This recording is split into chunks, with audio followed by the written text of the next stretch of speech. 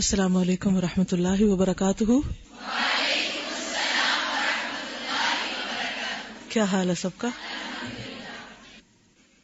نحمده ونصلی علی رسولہ الکریم، اما بعد فاعوذ باللہ من الشیطان الرجیم، بسم اللہ الرحمن الرحیم، رب اشرح لی صدری ویسر لی امری واحلل عقدۃ من لسانی یفقہوا قولی۔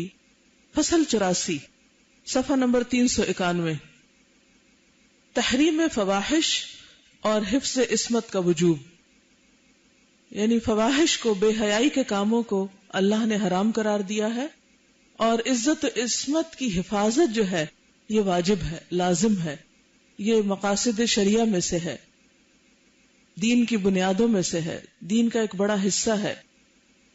تحریم فواحش اور حفظ عصمت کے وجوب وغیرہ کے بارے میں اب تک کے امور بطور مقدمہ اور تمہید پیش کیے گئے ہیں، یعنی یہ پچھلی ساری کتاب مقدمہ ایک طرح سے کس چیز کا؟ اس باب کا یا اس موضوع کا جس کے لیے یہ کتاب لکھی گئی تھی۔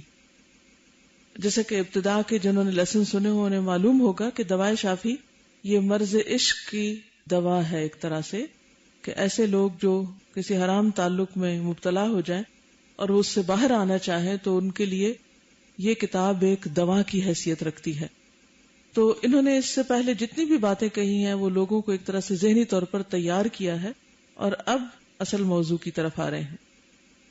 حضرت صلی اللہ علیہ وسلم نے ارشاد فرمایا، اکثر ما يدخل الناس الفم والفرج، اکثر لوگوں کو منہ اور شرمگاہ جہنم میں لے جائے گی، یعنی دوزخ میں جانے کی ایک بہت بڑی وجہ، ایون اسلام لانے کے بعد، مسلمان ہونے کے باوجود، بعض اوقات عابد و زاہد ہونے کے باوجود کہ آپ قرآن بھی پڑھتے ہیں، نمازیں بھی پڑھتے ہیں، صدقہ خیرات بھی کرتے ہیں، لیکن اپنی زبان کی حفاظت نہیں کرتے، زبان سے دوسروں کو تکلیف دیتے ہیں، اور اسی طرح اپنی عزت و عصمت کی حفاظت نہیں کرتے، تو یہ ایک بہت ہی خطرے کی بات ہے۔ اکثر لوگوں کو منہ اور شرمگاہ جہنم میں لے جائے گی، سزا کا مستحق قرار دے گی۔ صحیحین میں مروی ہے کہ حضرت صلی اللہ علیہ وسلم نے ارشاد فرمایا، لا يحل دم امرئ مسلم الا باحدى ثلاث، الثيب الزاني والنفس بالنفس والتارك لدينه المفارق للجماعة، صحیح بخاری۔ مسلمان کا خون تین باتوں میں سے کسی ایک کے بغیر حلال نہیں، یعنی کسی مسلمان کو مارا نہیں جا سکتا مگر تین بنیادوں پر۔ نمبر 1، شادی شدہ زانی، یا جان کے بدلے میں جان، کہ کسی قاتل کو قتل کیا جائے، یا وہ جو دین چھوڑ کر مرتد ہو جائے اور جماعت سے الگ ہو جائے۔ جس آیت میں اللہ تعالیٰ نے زنا کو کفر اور قتل نفس کے ساتھ پیش کیا ہے، وہ بعینہ ہی اس آیت کی نظیر اور مثال ہے جو سورۃ فرقان میں وارد ہے، اور بعینہ ہی حضرت ابن مسعود کی حدیث کی نظیر و مثال ہے۔ حضرت صلی اللہ علیہ وسلم نے سب سے پہلے وہ گناہ پیش فرمایا جو کثیر الوقوع ہے، یعنی بہت زیادہ ہوتا ہے، اس کے بعد وہ گناہ بیان کیا جو اس سے کم وقوع میں آتا ہے، چنانچہ باعتبار قتل نفس کے زنا کا وقوع زیادہ ہے، یعنی کبیرہ گناہوں میں سے جو لوگ شرک وغیرہ سے بچ جاتے ہیں وہ پھر باقی یعنی قتل اور ارتداد سے زیادہ زنا کا شکار ہوتے ہیں، اس لیے زنا کو پہلے بیان کیا، اور بمقابلہ ارتداد کے قتل کا وقوع زیادہ ہے، اس لیے ارتداد سے پہلے قتل نفس کا ذکر کیا۔ اس میں یہ بات بھی ہے کہ ایک کبیرہ گناہ کے بعد دوسرے کبیرہ گناہ کی طرف توجہ دلائی ہے۔ ہر پہلا گناہ اگلے گناہ سے بڑا ہے جس کے مفاسد پہلے سے زیادہ ہیں۔ زنا کے مفاسد اور خرابیاں صلاح عالم اور فلاح دنیا کے سراسر خلاف اور متناقض ہیں، یعنی زنا کی وجہ سے جتنے فتنے، فساد اور خرابیاں ہوتی ہیں، اور جو قوموں، ملکوں میں، گھروں میں، خاندانوں میں بگاڑ آتے ہیں، یہ دنیا کی فلاح کے بھی بالکل اپوزٹ چیز ہے۔ کیونکہ جب کوئی عورت زنا کا ارتکاب کرتی ہے تو وہ اپنے سارے کنبے اور قرابت داروں، ماں باپ، بھائی بہنوں کے لیے موجب آر بن جاتی، یعنی ایک عورت سارے خاندان کی بدنامی کا سبب بنتی ہے۔ اس کی وجہ سے اس کے سارے گھرانے اور کنبے والوں کے سر نیچے ہو جاتے ہیں۔ کہیں اگر وہ زنا سے حاملہ ہو گئی تو پھر اس کی آر کی انتہا نہیں رہتی، یعنی شرمندگی اور ذلت حد سے بڑھ جاتی ہے۔ اگر وہ آر کی وجہ سے اپنے حمل کو مار دیتی ہے تو زنا اور قتل نفس 2 گناہوں کا ارتکاب کرتی ہے۔ حمل باقی رہ جائے تو شوہر پر بلا وجہ تھوپا جاتا ہے، یعنی اگر شادی شدہ عورت کوئی ایسا کام کرتی ہے تو ہو سکتا ہے وہ بچہ کسی اور کا ہو جو کسی اور کے ذمہ لگ جائے، اور اجنبی کے نطفے کو اپنے اور اپنے شوہر کے کنبے سے جوڑ دیتی ہے جو قطعاً اس کنبے سے الگ ہے، اور پھر وہ اسے ان کا وارث اور حقدار بنا دیتی ہے، یعنی وہ ان کے مال میں بھی ان کا حقدار بن جاتے ہیں وارث ہو کر، حالانکہ وہ اس کا حقیقی وارث ہے نہیں، حالانکہ وہ غیر ہے، انہی میں رہتا ہے اور انہی میں پرورش پاتا ہے اور انہی کے نسب اور خاندان میں شمار کیا جاتا ہے۔ یہ اور اس قسم کی بہت سی خرابیاں عورت کے زنا سے وابستہ ہیں۔ مرد زنا کار ہے تو اس سے بھی اختلاط نسب واقع ہوتا ہے، یعنی حسب نسب میں فرق آتا ہے۔ محفوظ اور مامون عورت کو خراب اور تباہ و برباد کرنے کا موجب اور سبب بنتا ہے، غریب عورت کو اتلاف اور بربادی کے گھاٹ اتار دیتا ہے۔ بس اس کبیرہ گناہ سے دین اور دنیا دونوں ہی خراب اور برباد ہو جاتے ہیں، یعنی زنا جو ہے صرف آخرت نہیں دنیا کو بھی خراب کرنے کا باعث بنتا ہے، اور برزخ اور آخرت میں آگ کا سامان مہیا ہوتا ہے۔ زنا وہ کبیرہ گناہ ہے کہ بے شمار محرمات الہیہ حلال کر لی جاتی ہیں، بے شمار حقوق فوت ہو جاتے ہیں، اور بے شمار مظالم اس کی وجہ سے وقوع پذیر ہوتے ہیں، یعنی بہت سے ظلم جو ہیں وہ اس کی وجہ سے جنم لیتے ہیں۔ زنا کی ایک خاصیت یہ بھی ہے کہ فقر اور مذلت زانی کے لیے لازم ہو جاتی ہے، یعنی وہ فقر اور محتاجی سے نہیں نکلتا، بہت کچھ ہوتے ہوئے بھی وہ ہمیشہ محتاج ہی رہتا ہے۔ زانی کی عمر کوتاہ ہو جاتی یعنی کم ہو جاتی ہے، اور وہ لوگوں میں عموماً روسیہ یعنی بدنام ہو جاتا ہے۔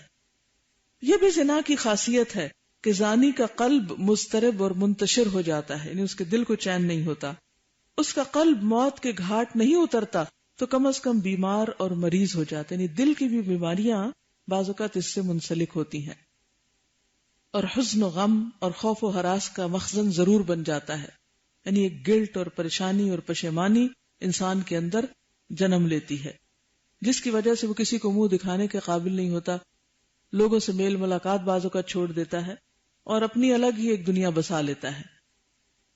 خدائے مالک الملک اسے فرشتوں سے دور پھینک دیتا ہے اور شیطان کے قریب، بلکہ شیطان کی گود میں بٹھا دیتا ہے۔ غرض قتل و خون ریزی کے مفسدے کے بعد زنا کے مفاسد سے بڑھ کر کوئی مفسدہ نہیں۔ یہی وجہ ہے کہ شریعت نے زانی کے لیے بدترین اور رسوا کن طریقے قتل کی سزا تجویز فرمائی ہے۔ زنا تکلیف دہ برائی ہے، کسی سے کہا جائے کہ تمہاری بیوی نے خودکشی کر لی تو اسے سخت صدمہ ہوگا، لیکن اگر اسے یہ کہہ دیا جائے کہ اس نے فلاں کے ساتھ زنا کیا ہے تو اسے خودکشی کرنے سے لاکھوں درجے بڑا صدمہ ہوگا۔ حضرت سعد بن عبادہ کی ایک روایت ہے، لو رأیت رجلا مع امرأتی لضربته بالسیف غیر مصفح، اگر میں اپنی بیوی کے ساتھ کسی کو دیکھ پاؤں تو آڑی تلوار سے اسے قتل کر دوں۔ حضرت صلی اللہ علیہ وسلم کو حضرت سعد کی بات کی خبر ہوئی کہ انہوں نے یہ جملہ بولا ہے کہ میں اگر اپنی بیوی کو کہیں ایسا کام کرتے دیکھوں تو اسے قتل کر ڈالوں گا، تو آپ فرمانے لگے، اتعجبون من غیرت سعد واللہ لأنا اغیر منہ واللہ اغیر منی ومن اجل غیرت اللہ حرم الفواحش ما ظہر منہا وما بطن۔ صحیح بخاری۔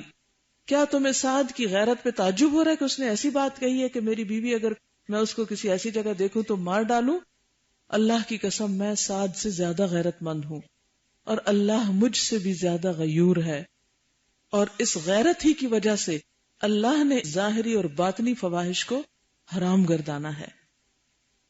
یعنی یہ چیز اللہ کے نزدیک بہت ہی غضب دلانے والی ہے اور بہت ہی اللہ کے غضب کو بھڑکانے والی ہے کہ کوئی عورت یا مرد ایسا کوئی کام کرے۔ یعنی اگر سعد یہ کہہ رہے ہیں کہ میں بیوی کو تلوار سے مار ڈالوں گا تو اللہ تعالیٰ کا حکم پھر اس سے بھی کتنا سخت ہوگا اور اللہ کا غضب کتنا شدید ہوگا۔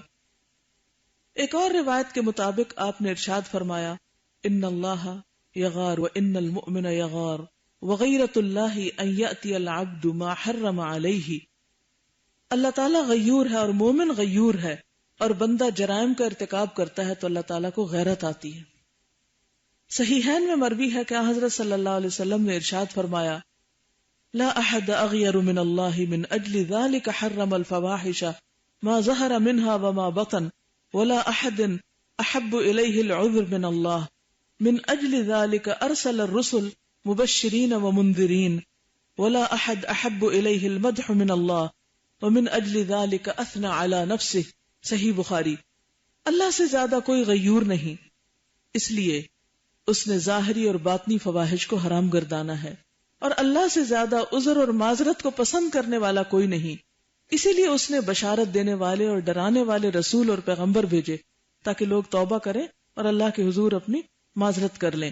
اور اللہ سے زیادہ کسی کو اپنی تعریف پسند نہیں، اور اسی لیے اللہ نے خود اپنی تعریف کی ہے، یعنی کسی کی بھی تعریف سے زیادہ سب سے بڑھ کر تعریف کا مستحق اللہ سبحانہ وتعالی ہے، اور ساری تعریف اسی کو زیبا ہے، اسی کو سوٹ کرتی، وہی حقیقت میں تعریف کے قابل ہے۔ باقی تو اگر کسی کی تعریف ہوتی ہے تو وہ بھی دراصل اللہ کی تعریف ہے، کیونکہ اللہ ہی نے اس کو وہ چیز دی ہے، اس کے اپنی ذاتی ملکیت کچھ بھی نہیں۔ اور فرمایا یا امت محمد واللہ انہ لا احد اغیر من اللہ ان یزنی عبدہ وتزنی امتہ یا امت محمد واللہ لو تعلمون ما اعلم لضحکتم قلیلا ولبکیتم کثیرا۔ صحیح مسلم۔ اے محمد صلی اللہ علیہ وسلم کی امت، اللہ کی قسم اللہ سے زیادہ کوئی غیرت مند نہیں کہ اس کا کوئی بندہ یا بندی زنا کاری کرے۔ اے محمد کی امت صلی اللہ علیہ وسلم، اللہ کی قسم جو میں جانتا ہوں تم جان لو تو تم ہنسنا کم کر دو اور بہت زیادہ رویا کرو۔ یعنی وہ چیزیں اور وہ گناہ جن کو تم چھوٹا سمجھ کے کرتے رہتے ہو، مت سوچو کہ یہ چھوٹے ہیں، ان کا انجام اتنا بھیانک ہے کہ اگر تمہیں پتہ چل جائے تو تمہارا ہنسنا ختم ہو جائے اور تم رونا زیادہ کر دو۔ لیکن دنیا میں چونکہ بعض اوقات بہت سے عیب چھپے رہتے ہیں تو انسان سمجھتا ہے کہ اس سے کوئی فرق نہیں پڑتا، اور آج کل تو سبھی ایسا کر رہے ہیں تو میں بھی کر لوں تو کیا حرج ہے۔ اس کے بعد آپ نے اپنے ہاتھ اٹھائے اور بارگاہ الہی میں عرض کی اللہم حل بلغت، اے اللہ تو گواہ رہے میں نے تیرا دین پہنچا دیا۔ سورج گرہن کی نماز کے بعد خطبے میں اس کبیرہ گناہ کا ذکر خاص معنی رکھتا ہے، یعنی سورج گرہن کا موقع ہے، آپ خطبہ دے رہے ہیں اور زنا کی بات کر رہے ہیں، اس گناہ کی شدت بتا رہے ہیں، یعنی مختلف طریقوں سے لوگوں کو ڈرا رہے ہیں اور تربیت کر رہے ہیں ان کی۔ اور غور اور تأمل کرنے والوں کے لیے اس میں عجیب و غریب اسرار اور رموز پوشیدہ ہیں۔ زنا کی کثرت تباہی عالم کی بڑی نشانی ہے، نیز زنا کی کثرت قیامت کی نشانیوں میں سے ایک بڑی نشانی ہے کہ قیامت کے قریب قتل بھی بڑھ جائے گا اور زنا بھی بہت عام ہو جائے گا۔ جیسا کہ صحیح بخاری اور صحیح مسلم میں حضرت انس بن مالک سے مروی ہے، فرماتے ہیں کہ میں تمہیں ایک حدیث سناتا ہوں جو شاید میرے بعد تمہیں کوئی نہیں سنائے گا۔ میں نے رسول اللہ صلی اللہ علیہ وسلم سے سنا، آپ نے فرمایا من اشراط الساعۃ ان یرفع العلم ویظہر الجہل ویشرب الخمر ویظہر الزنا ویقل الرجال وتکثر النساء حتی یکون ل50 امرأة القیم الواحد۔ صحیح بخاری۔ قیامت کی نشانیوں میں سے یہ ہے کہ علم اٹھ جائے گا۔ ویسے تو بڑی پڑھائیاں ہو رہی ہیں، لیکن علم حقیقت میں وہ ہوتا ہے جس پر عمل کیا جائے۔ تو اگر عمل نہیں کیا تو جو آپ نے سنا وہ تو ہوا میں اڑ گیا، جو پڑھا وہ تو بھول گیا آپ کو، لیکن جو عمل میں آ گیا وہی علم باقی رہا۔ جہالت بڑھ جائے گی کیونکہ عمل نہیں ہوگا، تو یوں لگے گا جیسے پتہ ہی نہیں لوگوں کو۔ شراب خوب پی جائے گی اور زنا کی کثرت ہو جائے گی، مرد کم ہو جائیں گے، عورتوں کی کثرت ہو جائے گی، عورتوں کی اس قدر کثرت ہو جائے گی کہ ایک مرد 50 عورتوں کا بار اٹھائے گا۔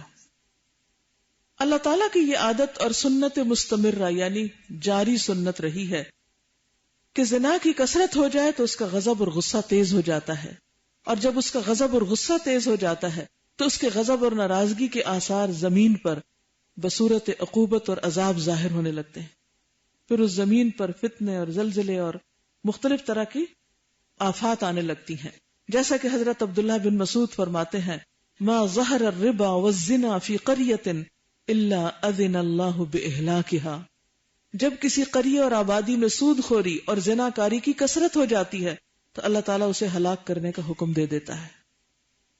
یعنی دو چیزیں اللہ کے غضب کو دعوت دیتی ہیں، عذابوں کو دعوت دیتی ہیں، ربا اور زنا۔ بنی اسرائیل کے ایک بزرگ کے متعلق وارد ہے کہ اس کا لڑکا کسی عورت سے آنکھیں لڑانے لگا. یہ دیکھ کر اس نے اپنے بیٹے سے کہا کہ خوب بیٹے خوب، اور اسی وقت وہ سر کے بل تخت سے نیچے گرا، اس کی شہرگ پھٹ گئی اور اس کی بیوی بھی اسی طرح گر پڑی. اس کے بعد اس سے خطاب کیا گیا کہ تم جیسے لوگوں میں کبھی خیر و برکت نہ ہوگی. اللہ تعالیٰ نے زنا کی حد کو دوسری حدود کے مقابلے میں 3 خصوصیتوں سے ممتاز گردانا ہے. ایک یہ کہ زنا کی حد کا طریقہ نہایت ذلت آمیز اور رسوا کن مقرر فرمایا کہ لوگوں کے اجتماع میں زانی محسن کو سنسار کیا جائے، یعنی سزا جو ہے وہ چھپ کے نہ دی جائے، لوگوں کے بیچ میں لا کے دی جائے تاکہ دوسرے لوگ بھی اس سے سبق سیکھیں.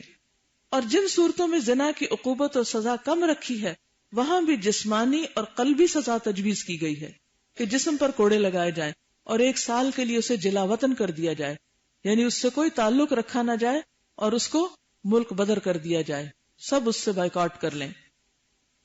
دوسری خصوصیت یہ ہے کہ زنا کی سزا جو دین اور شرع نے مقرر کی ہے اس میں کسی قسم کی رحم دلی اور رأفت قلبی نہ برتی جائے، کیونکہ قرآن مجید میں آتا نا اللہ کے دین اور حدود کے معاملے میں کسی قسم کی کوئی ہمدردی اور نرمی نہ آئے تمہارے دل میں.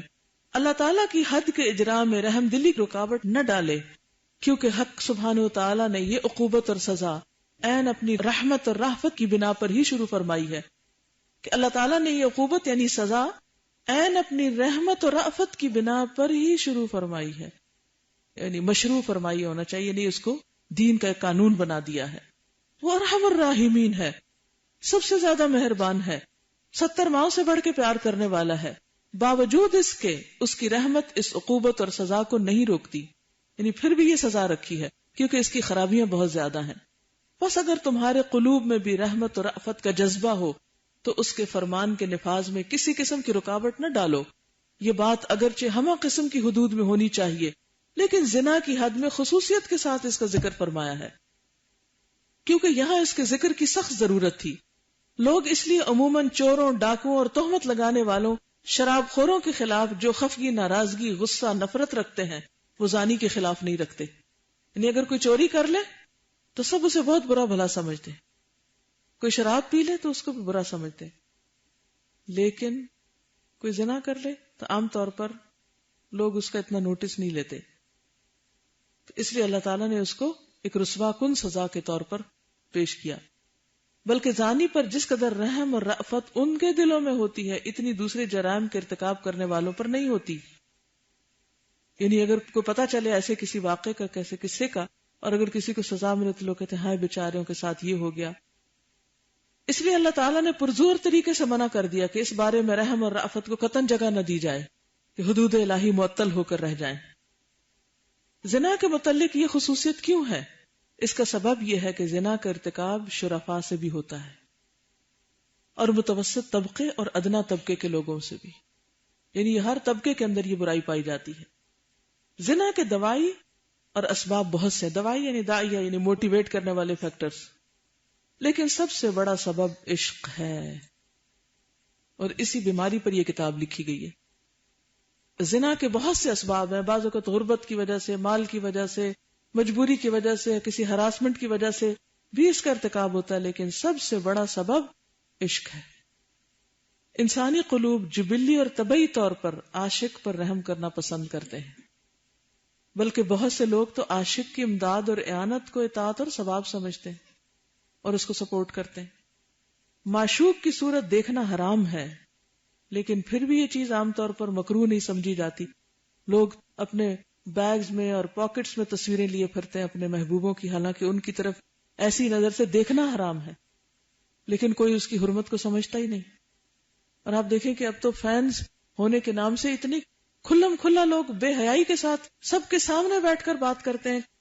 حتیٰ کہ بعض کیسز میں تو خاندانوں میں دیکھا گیا کہ شوہر بیوی بچوں کے سامنے کسی فلم سٹار عورت کی تصویر لیے پھرتے ہیں اور دکھاتے ہیں اور سب کے سامنے تبصرہ کر رہے ہیں اور لٹکائی بھی ہے اور سجائی بھی ہے اور اس کا ذکر کھلے عام ہو رہا ہے اور اس کو کوئی برائی بھی نہیں سمجھا جاتا. اور ایسے خوبصورت الفاظ سے اس برائی کو ڈھانپ دیا گیا ہے کہ جس چیز کو دیکھنا بھی حرام. اور آپ دیکھیں کہ اگر صرف ہم اس حرمت کو ہی سمجھ لیں کہ کسی غیر مرد کی تصویر یا کسی غیر عورت کی تصویر اس طرح دیکھنا حرام ہے تو یہیں سے جڑ کٹ جائے. لیکن ہم تعویلیں کر کر کے ان چیزوں کو اپنے لیے حلال اور جائز قرار دیتے ہیں، پھر انسان کسی بھی حد پہ نہیں رکتا، حتیٰ کہ آخری حد میں جا گرتا ہے۔ اور جذبہ عشق تو وہ چیز ہے کہ مختلف قسم کے چوپایوں تک میں پایا جاتا ہے۔ محبت اور عشق کے بے شمار واقعات ہم لوگوں کی زبانی سن چکے ہیں، اور یہ روگ اکثر و بیشتر ان لوگوں میں زیادہ پایا جاتا ہے جو عقل اور دین سے بے بہرا ہوتے ہیں، خصوصاً خدام، نوکروں چاکروں اور عورتوں میں یہ مرض زیادہ ہوا کرتا ہے۔ اور آپ دیکھیں کہ اب تو ڈرامے اور فلمز اور کہانیاں اور ناول، سب کا ایک مرکزی جو نقطہ ہے یا جو اس کہانی کا لب لباب ہے وہ عشق کی کہانیاں ہیں۔ اور حیرت کی بات ہے اور بے حیائی کی حد ہو گئی کہ بچے، بڑے، حتیٰ کہ بوڑھے گھر میں بیٹھ کے بڑی بڑی اسکرین کے اوپر ایسے ڈرامے سب کے سامنے دیکھ رہے ہوتے ہیں جس میں واہیات قسم کے ڈائلاگز ہوتے ہیں، اور سب ہنس رہے ہیں اور کھیل رہے ہیں۔ چھوٹے بچے سے لے کر 70-80 سال تک کے لوگ بیٹھ کے ایز اے فیملی انٹرٹینمنٹ بے حیائی کی باتیں دیکھ رہے ہیں۔ اور پھر اگر ان میں سے کسی کے ساتھ کوئی ایسا واقعہ ہوتا تو بیٹھ کے روتے بھی ہیں اور ان کے ساتھ ساری ہمدردیاں بھی ہیں۔ اور پھر وہ صرف یہ نہیں کہ اسکرین آف ہوئی تو بات ختم، اس کے بعد کھانے کی ٹیبل پر، بعد میں ادھر ادھر یہی باتیں چلتی چلی جا رہی ہیں اور کسی کو احساس نہیں۔ آپ دیکھیں کہ جب حیا جاتا ہے تو ایمان چلا جاتا ہے، جب کوئی زنا کرتا ہے تو ایمان دل سے نکل چکا ہوتا ہے، جو توبہ کرنے پہ واپس لوٹتا ہے۔ لیکن ان واقعات کو کتنا خوبصورت نام اور کیسا خوبصورت رنگ دے کر کتنا عام کر دیا گیا اس برائی کو کہ اسے برائی سمجھا بھی نہیں جا رہا۔ جب برائی کو برائی نہیں اور برائی کے لیے دل میں نفرت ہی نہیں تو برائی ختم کیسے ہوگی؟ روکے گا کون اس کو؟ منع کون کرے گا؟ جن کے ذمہ تھا گھر کی ذمہ داری، کلکم رائن و کلکم مسئول عن رعیتی، جب وہ خود اس خرابی میں انوالو ہو گئے تو پھر کون کس کو منع کرے گا اور کون کس کو روکے گا؟ زنا عموماً طرفین کی رضامندی سے سرزد ہوتا ہے، یعنی دونوں فریق راضی ہوتے ہیں تو ہوتا ہے۔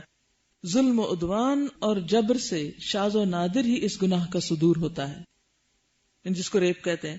ہر انسان میں غلبہ شہوت عموماً موجود ہوتا ہے، اور یہ غلبہ ایک خاص قسم کا تصور پیدا کرتا ہے، انسان کے دل دماغ کو متاثر کرتا ہے، اس کے قلب میں عاشق کے لیے رحمت اور رأفت کے جذبات پیدا کرتا ہے، جس کی وجہ سے وہ یہی چاہتا ہے کہ ایک مستحق کے حد و سزا اس حد اور سزا سے کسی نہ کسی طرح بچ جائے تو بہتر ہے۔